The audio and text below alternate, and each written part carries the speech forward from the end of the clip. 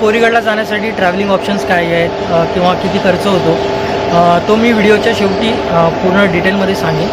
त्यासाठी संपूर्ण व्हिडिओ बघा।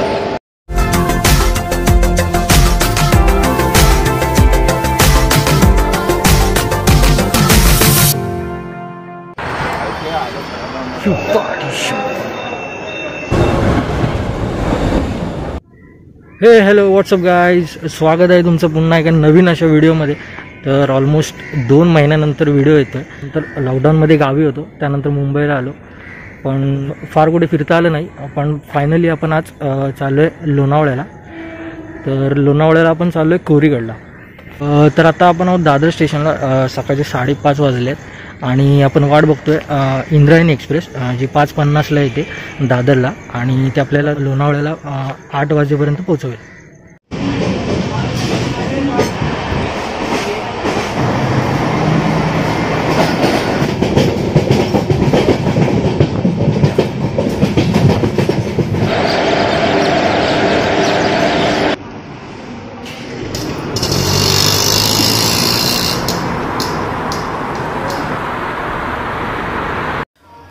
तर स्टेशनपासून थोडं पुढे चालत आल्यानंतर आपल्याला 5 मिनटावरतीच लोणावळा एसटी डेपो आहे आणि डेपोच्या बाहेर आपल्याला सकाळी जर काही नाश्ता वगैरे करायचा असेल तर त्याचे स्टॉलसुद्धा अवेलेबल आहेत। आणि इथून आपल्याला 9 वाजता भांबुर्डे एसटी आहे जी आपल्याला पेठ शहापूरपर्यंत पोहोचवेल।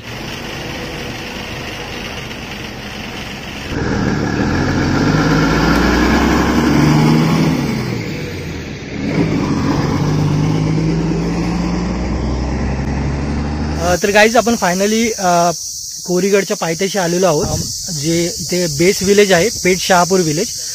तर एसटी आपल्याला लोणावळा बस स्टँड पासून इथे पेठ शहापूर जवळ उतरवते। तर एसटी जिथे ड्रॉप करते तिथून थोडं पुढे चालत आल्यानंतर लेफ्ट साईडला पायवाट जाते, तिथून आपल्याला वरती चढायला सुरुवात करायची आहे। तर आज माझ्यासोबत माझे फ्रेंड सुद्धा आहेत। तर आहे नितीन, हॅलो, आणि आहे स्वप्नील, हाय। तर यांच्यासोबत मी आज ट्रिक करणार आहे।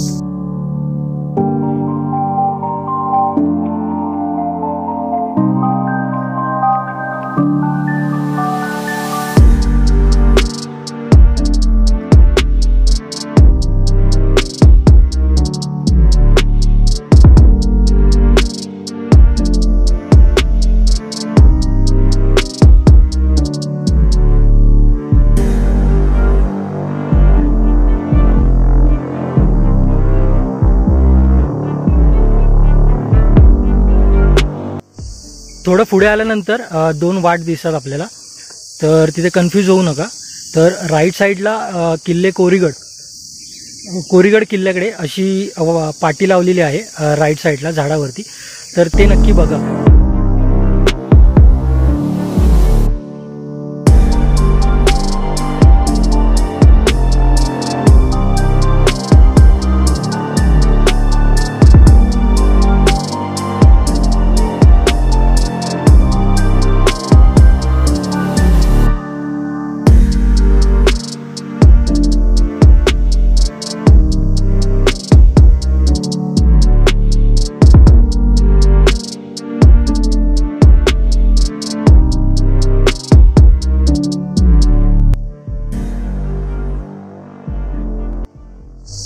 जंगल पॅच संपल्यानंतर आपल्याला थोडं पुढे गेल्यानंतर इथे किल्ल्याला वरती जाण्यासाठी पायवाट सुरू होतात आणि इथे किल्ल्याचा इतिहास जो आहे तो इथे बोर्डावरती लिहिलेला आहे, तो आपण बघूया।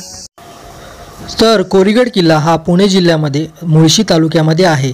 तर गिरिदुर्ग प्रकारामध्ये मोडणारा हा किल्ला समुद्र सपाटीपासून 929 मीटर उंचीवरती आहे। कोरीगड, कोराईगड किंवा कुवारीगड या नावाने सुद्धा ओळखला जातो। इसवी सन 1647 मध्ये दादोजी कोंडदेव यांच्या मदतीने छत्रपती शिवाजी महाराजांनी हा किल्ला स्वराज्यात आणला। इसवी सन 1665 मध्ये झालेल्या पुरंदरच्या तहात स्वराज्यामध्ये असलेल्या 12 किल्ल्यांपैकी हा एक होय। तर पायऱ्या चढून आल्यानंतर 5 मिनिटावरतीच थोडं वरती आल्यानंतर आपल्याला गणेश मंदिर आणि एक केव्ह दिसते।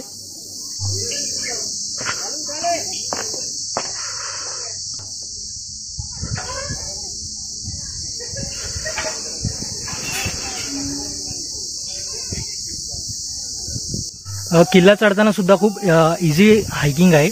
हे असे रेलिंग्स लावलेले आहेत, त्यामुळे आपण रेलिंग्सला धरून सुद्धा वरती जाऊ शकतो आणि प्रॉपर स्टेप्स आहेत.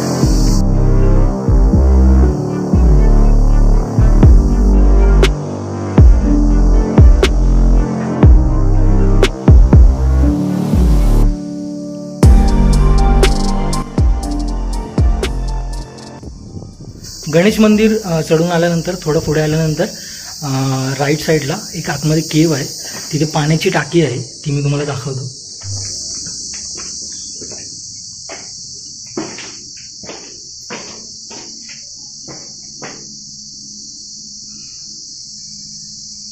तर तुम्ही बघितलं असेल अगदीच क्लिअर पाणी आहे, पण थोडे थोडे कीटक आहेत पाण्यामध्ये, त्यामुळे पिण्यासाठी तरी अयोग्य आहे पाणी.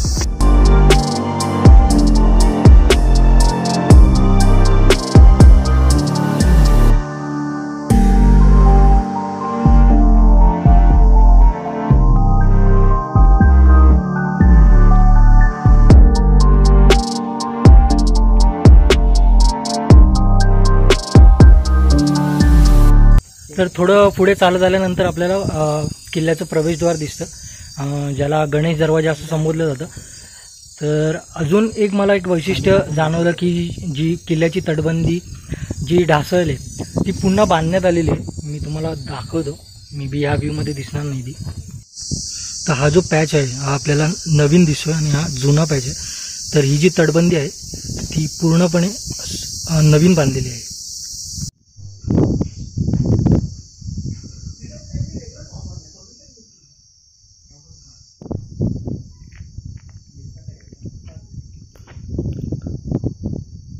पूर्णपणे तटबंदीचं काम सुरू आहे, म्हणजे ऑलमोस्ट झालेलं आहे.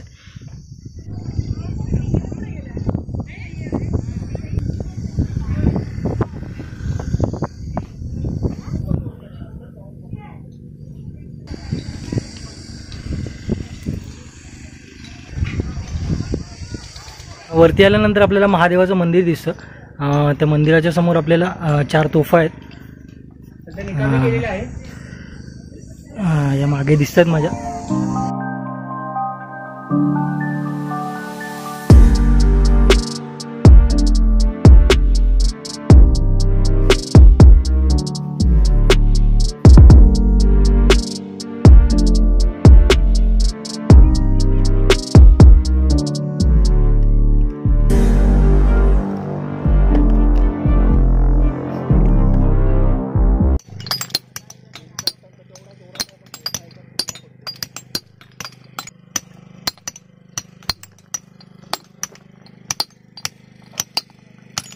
किल्ल्याच्या तटबंदीचं काम सुरू आहे इथे आणि खूप अतिशय चांगल्या प्रमाणात केलेली आहे इथे. आणि रखरखत्या 12च्या उन्हामध्ये उलट दिसत असेल, अचानक सावली पडलेली आहे ती या ढगामुळे. तर इथे मस्त असं दृश्य दिसतंय, सावली आहे, मध्येच ऊन आहे, परत सावली आहे. मे बी तुम्हाला कॅमेऱ्यामध्ये दिसतंय का माहीत नाही.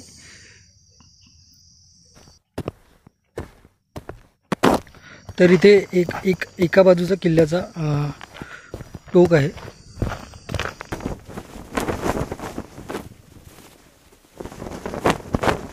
तर वरती इथे 3 छोट्या टाक्या आहेत.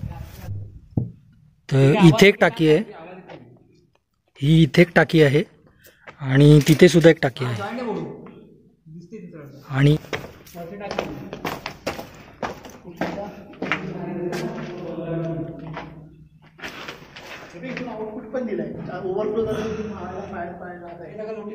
नाही अरे वेगवेगळे आहेत. इथे वॉल आहे मध्ये, ही बघ वॉल आहे, पॅक आहे, ही वाली पॅक आहे, ही वाली पॅक आहे ना, इकडची जॉईंट असेल, ही पॅक आहे. बॉल दिसते ती बघ, तिन्ही टाक्या सेपरेट आहेत. ॲक्च्युली ते दिसताना असं एकच वाटतंय, परंतु तिन्ही टाक्या आहेत डिफरंट आहेत आणि जवळपास 10-12 फूट खोल आहेत त्या. स्टीम आहे, म्हणजे जर टाकी जर ओव्हरफ्लो झाली कदाचित तर इथे असा एक पन्हाळ ज्याला आपण म्हणतो, तो असा एक पन्हाळ काढला आहे ज्याच्यातून पाणी ओव्हरफ्लो झालेलं हे किल्ल्याच्या बाहेर नेता यायचं. मी टाकलं, हां, मी घाबरलो, म्हटलं कोण आलं.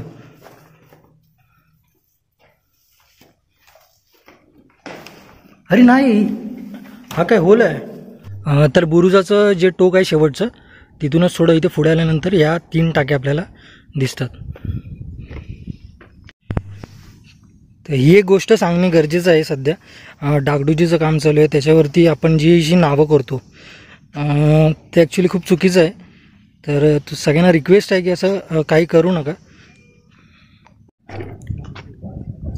तर आपण हे बघतोय की डागडुजीचं काम जे चालू आहे, म्हणजे हा पूर्ण पॅच असा तयार झालेला आहे आणि इथे हे काम पूर्णपणे चालू आहे.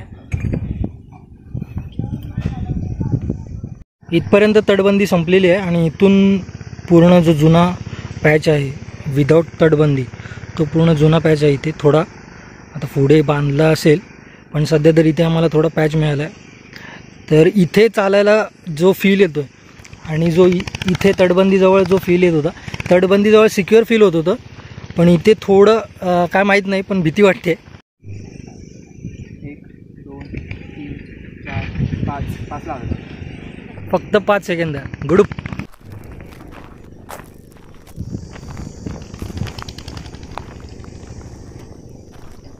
तटबंदीशिवाय याच्यामधून चालणं थोडं रिस्की आहे, त्यामुळे लक्ष देऊन चाला.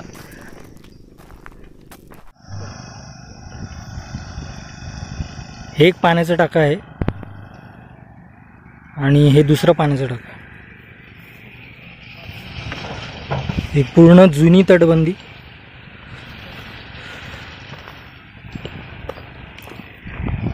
आणि ही पूर्ण नवीन तटबंदी. जो व्हाईट पॅच दिसतोय,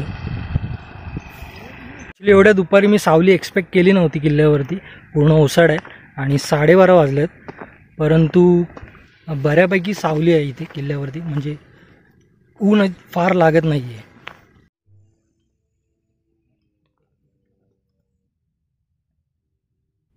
तर ही लक्ष्मी तोफ किल्ल्यावरची सगळ्यात मोठी तोफ आहे. अजून एक तोफ आहे या किल्ल्यावरती, ती पुढे आहे, ती सुद्धा मी दाखवतो तुम्हाला.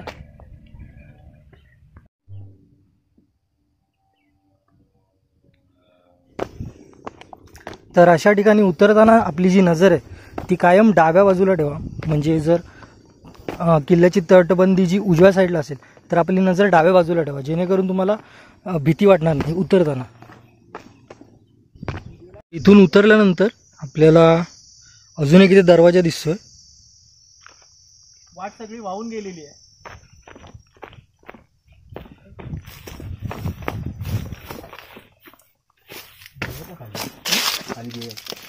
जास्त खाली नको जाऊ जर उतरायला नसेल. बेळ आहेत ना आपल्याकडे, मेडिकल किट नाही आहे. हवा मस्त आहे.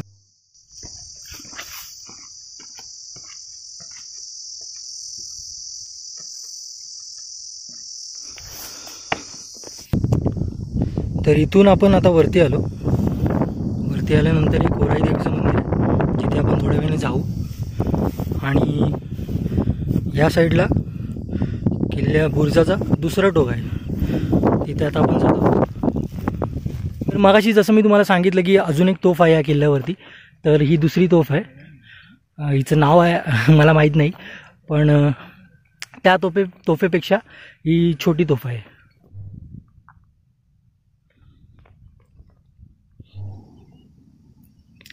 हा एक पॅच आहे, पण इथे उतरायला नाही आहे. आणि बुरुजाचं हे दुसरं टोक जिथे आता आपण आलो आहे, इथून कसा व्ह्यू दिसतो आपण बघूया.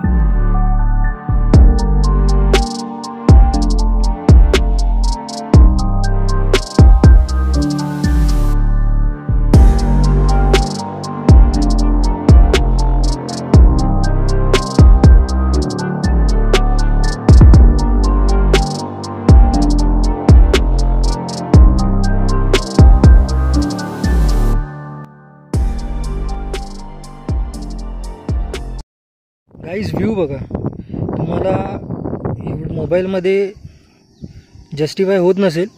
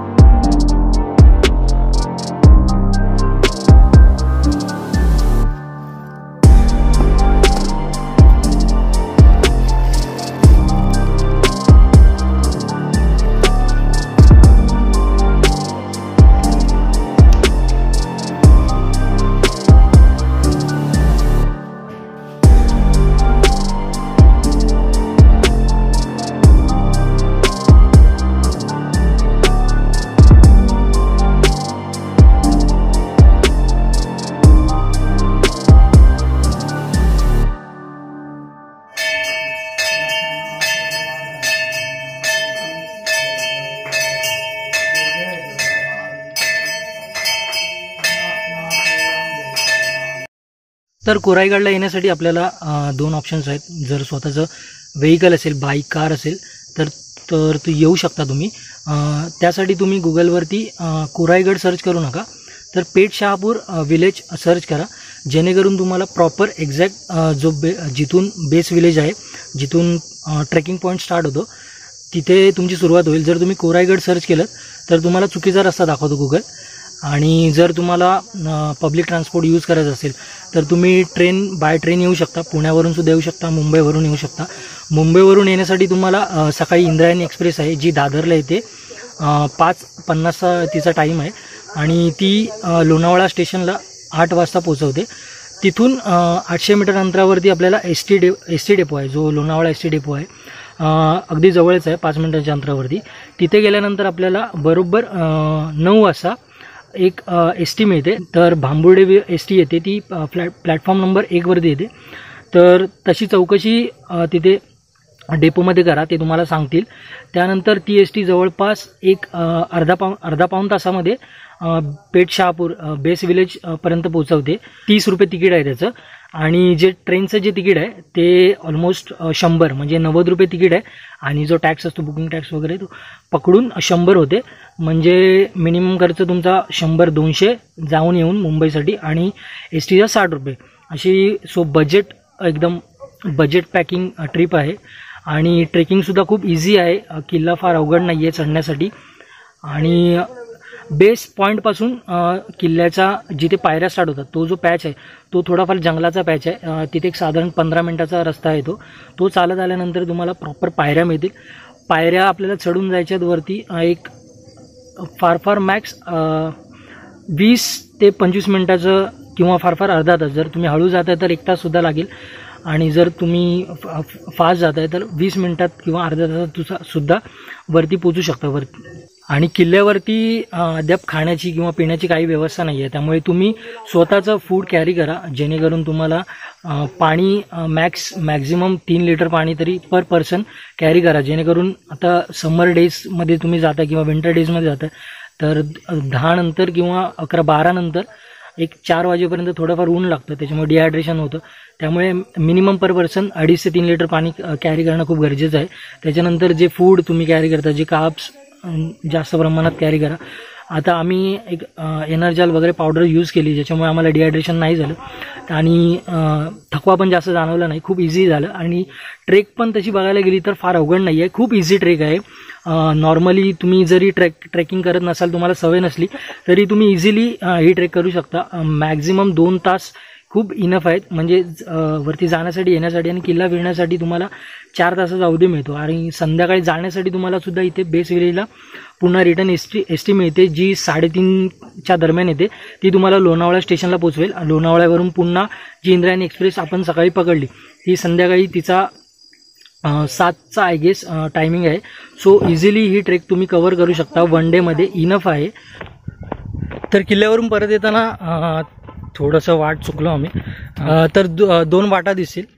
तर तुम्ही कन्फ्यूज झालात तर इथे मागे टॉवर आहे, तो लँडमार्क तुम्ही लक्षात ठेवा आणि टॉवरच्या दिशेने तुम्हाला जायचं आहे.